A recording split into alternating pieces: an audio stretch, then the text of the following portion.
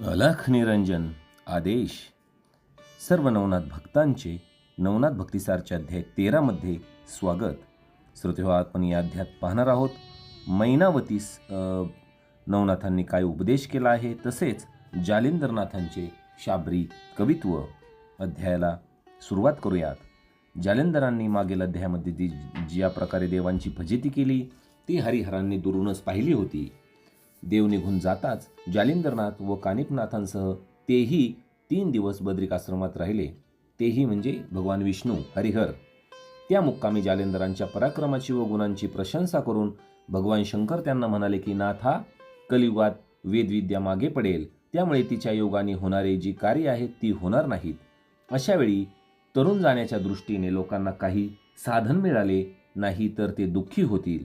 यातून मार्ग असावा म्हणून तुम्ही नाथांनी शाबरी कवित्व सिद्ध करून ठेवायचे आहे. हा सर्व खटाटोप लोकांचे हित लक्षात घेऊन केवळ परोपकाराच्या दृष्टीनेच करायचा आहे. हे काव्य कितीतरी मोठे असायला हवे. थोडेसे मंत्र सर्व प्रजेला पुरेसे होणार नाहीत.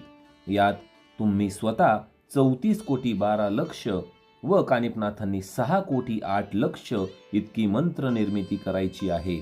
पहा श्रोतेहो, शाबरी मंत्र हे किती आहेत तर 34 कोटी 12 लक्ष हे जालिंदरनाथ करणार आहेत आणि जालिंदरांचे शिष्य कानिपनाथ हे 6 कोटी 8 लक्ष इतके शाबरी मंत्र निर्माण करणार आहेत, असा स्वतः भगवान शंकरांनी उपदेश केलेला आहे. प्रत्येक कलियुगात अवतार घेऊन तुम्ही ही विद्या उदयास आणता. पुढे याचा प्रचार प्रसाराचेही काम आहेच. तुम्ही सर्वज्ञ आहात म्हणून अधिक काही सांगत नाही. यानंतर जालिंदरनाथांना आशीर्वाद देऊन ते दोन्ही देव स्वस्थानी गेले. भगवान शंकरांकडून कार्यप्रेरणा मिळाल्यावर त्याची पूर्तता करण्यासाठी जालिंदरनाथ आणि कानिपनाथ यांनी 12 वर्ष तेथेच वास्तव्य करून अधिक परिश्रमांती 40 कोटी 20 लक्ष इतके कवित्व केले. मग शंकरांच्या सूचनेनुसार नाग अश्वत्थापाशी विधीपूर्वक हवन करून ते सर्व मंत्र प्रयोग सिद्ध करून घेतले. सूर्यकुंडातील जलाने सिंचन करून नाग अश्वत्थावरील सर्व दैवते अनुकूल करून घेतली. कार्य संपन्न होताच ते दोघे बद्रिकाश्रमी परतले. तेथे बद्रीनाथांच्या साक्षीने कानिपनाथांना तपश्चर्येस बसून जालिंदरनाथ आपल्या पुढील तीर्थाटनाला निघाले. पहा श्रोतेहो, शाबरी कवित्व हे जालिंदरनाथांनी किती मंत्र निर्माण केले आहेत याविषयीची आपल्याला अगदी सविस्तर माहिती अध्यायात मिळलेली आहे. आपण लक्षपूर्वक अध्याय ऐकावा आणि आपण मैनावती नेमकी कोण होती आणि तिचं नेमकं या भक्तिसार ग्रंथामध्ये काय काम आहे त्याविषयीची कथा आपण या अध्याय 13 मध्ये आता पुढे पाहणार आहोत. कोणत्याही क्षेत्रात प्रवेश करताना जालिंदरांचा एक परिपाठ असे. ते सर्वप्रथम रानात जाई आणि गवत कापून त्याची मुळी डोक्यावर घेऊन मगच गावात शिरे. कोण? जालिंदरनाथ. जालिंदरनाथ हे अग्नीचे पुत्र असल्याने एका दृष्टीने वायूचे नातूच होते. तेव्हा वायू भाऱ्याचे ओझे होऊ नये यासाठी त्यांच्या मस्तकावरील भारा आपणाकडे घेत असे. त्यामुळे चालताना तो भारा त्यांच्या डोक्यावर तरंगताना दिसे. गावातून फेरफटका मारताना ते गवत जालिंदर गायगुरांना खाऊ घाली. याप्रमाणे फिरत फिरत जालिंदरनाथ गौड बंगाल देशातील हेलापट्टण गावी आले. तेथे त्यांच्या डोक्यावरून अधांतरी जाणारा भारा पाहून आश्चर्यचकित झालेले लोक म्हणत की हा कोणीतरी सिद्ध पुरुष असावा आणि असे वाटून त्यांच्या दर्शनाला ते गर्दी करत. तेव्हा जनसंपर्क टाळण्यासाठी घाणेरड्या दुर्लक्षित जागी जालिंदरनाथ राहू लागले आणि गल्लीबोळात भिक्षा मागून उदरनिर्वाह करू लागले.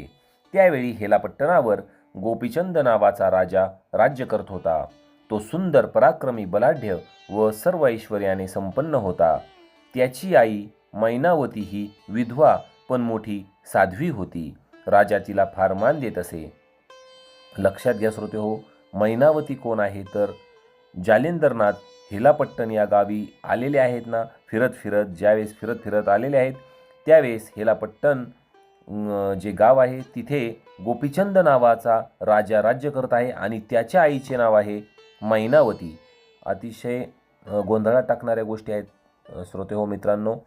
तर आपण लक्षपूर्वक ऐकायची आहे कथा, कारण आपण ज्यावेळेस संपूर्ण 40 अध्याय होऊन जातात त्यावेळेस आपल्या काहीच लक्षात राहत नाही आणि आपल्याला परत जर कोणी विचारले मैनावती कोण आहे तर आपल्याला देखील सांगता येणार नाही.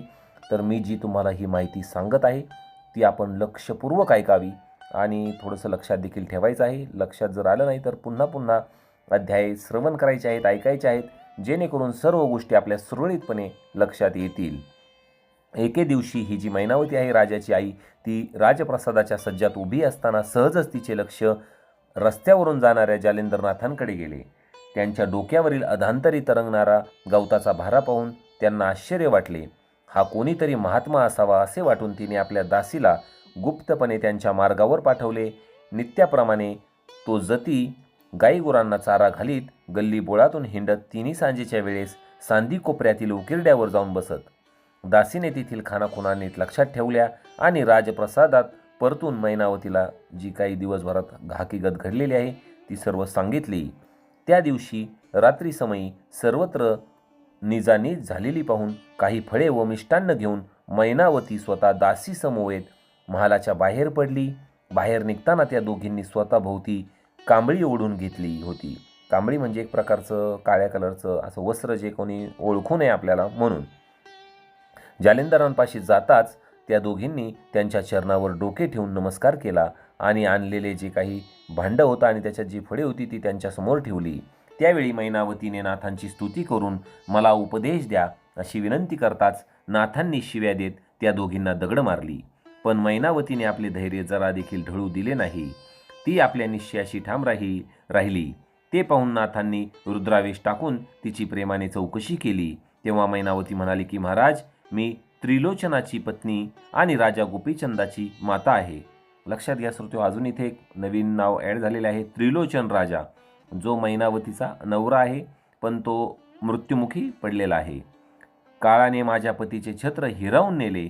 तेव्हापासून या जन्ममरण रूपी जगरहाटीपासून सुटण्यासाठी काय करावे या विचारांनी मी तळमळते आहे. तरी कृपा करून मला मार्ग दाखवा. माझा अवहेर करू नका. मला ऐहिकातले काही नको. मला मृत्यूभयातून सोडवा. मी तुम्हाला शरण आहे. माझ्यावर कृपा करा. मी रोज रात्री येऊन तुमची सेवा करील. त्यावेळी नाथांना तिच्या तळमळीचे व तिच्या नम्रतेचे मोठे कौतुक वाटले, पण त्यांनी वरकरणी काहीही दाखवले नाही. त्यानंतर मैनावतीने जालिंदरांची 6 महिने भक्तिभावाने सेवा केली. एके दिवशी ती नाथांचे डोके आपल्या मांडीवर घेऊन बसली असताना जालिंदरनाथांनी एक मायावी भुंगा निर्माण केला.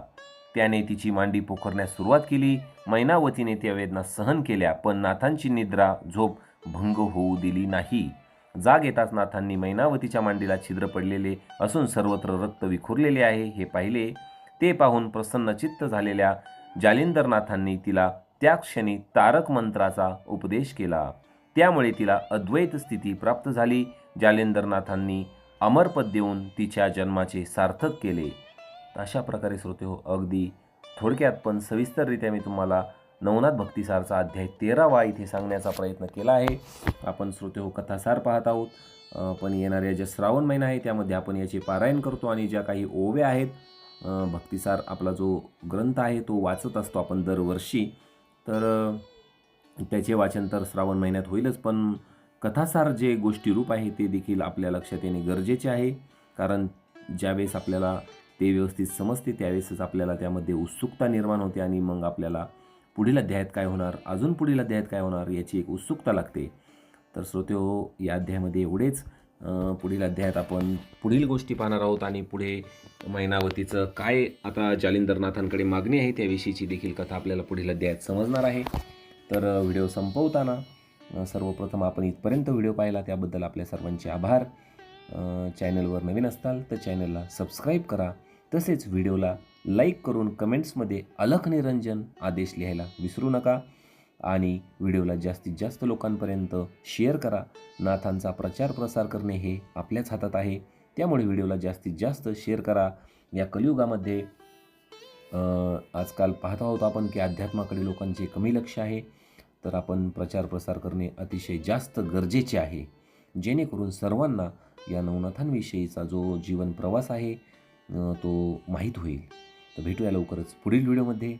धन्यवाद. अलख निरंजन आदेश.